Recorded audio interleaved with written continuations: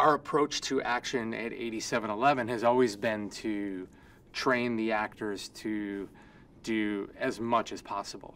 And so when we presented that task to Bob and say, that's how we make it unique, that's how we make it fresh, we take someone who's essentially an everyman and like transform him into someone who you could believe could pull this stuff off, you have to put in the time. And Bob took the challenge wholeheartedly and you know, dove into the training.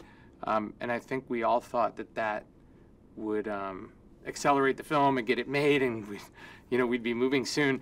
But I think 2 years later, Bob is still committed to doing the training, and we still haven't figured out a way where we're going to make this movie. And when Universal came on board, it was exciting because now, Bob had never given up hope on, this movie coming to life, and he spent all that time being consistent in like learning stunt fighting, transforming himself physically, becoming a better athlete, becoming a stuntman essentially.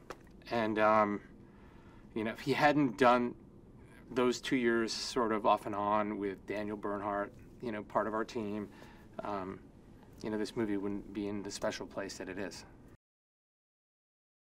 It's a movie full of wish fulfillment, where a guy has sort of settled into his life in middle-class America as this sort of everyman, 2.5 kids and white picket fence. And really, it's not that it's unsatisfying, it's just that there's a frustration to it and sort of the rules of society and like the way he has to live. And there's a moment, a pivotal moment in this story where he has to transform back to the person that he was, and that's actually a relief for him because he's been sort of repressing his real nature and you could say his real masculinity, I guess, in a sense.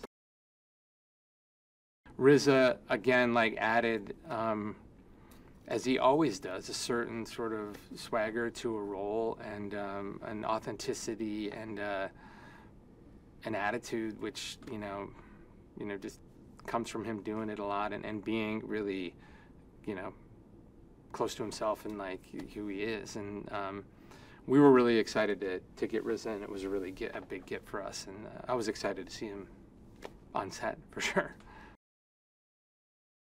As a filmmaker myself, you never get noticed by making sort of safe choices. And what I see with Ilya's work is that he's knowledgeable in story. He's great with characters, but more importantly, he swings for the fences, and he wants to be provocative in his imagery and his style.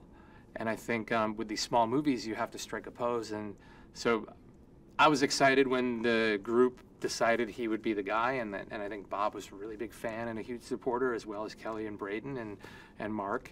And so I think we got lucky. When you're dealing with an actor like Bob and his physicality and what he looks like, I think we wanted to just flip it on its head and blow it out and just say like, we want to make this sort of shocking, and not and grounded and a little disturbing and I think it works better for the character, and I think it works better for the film.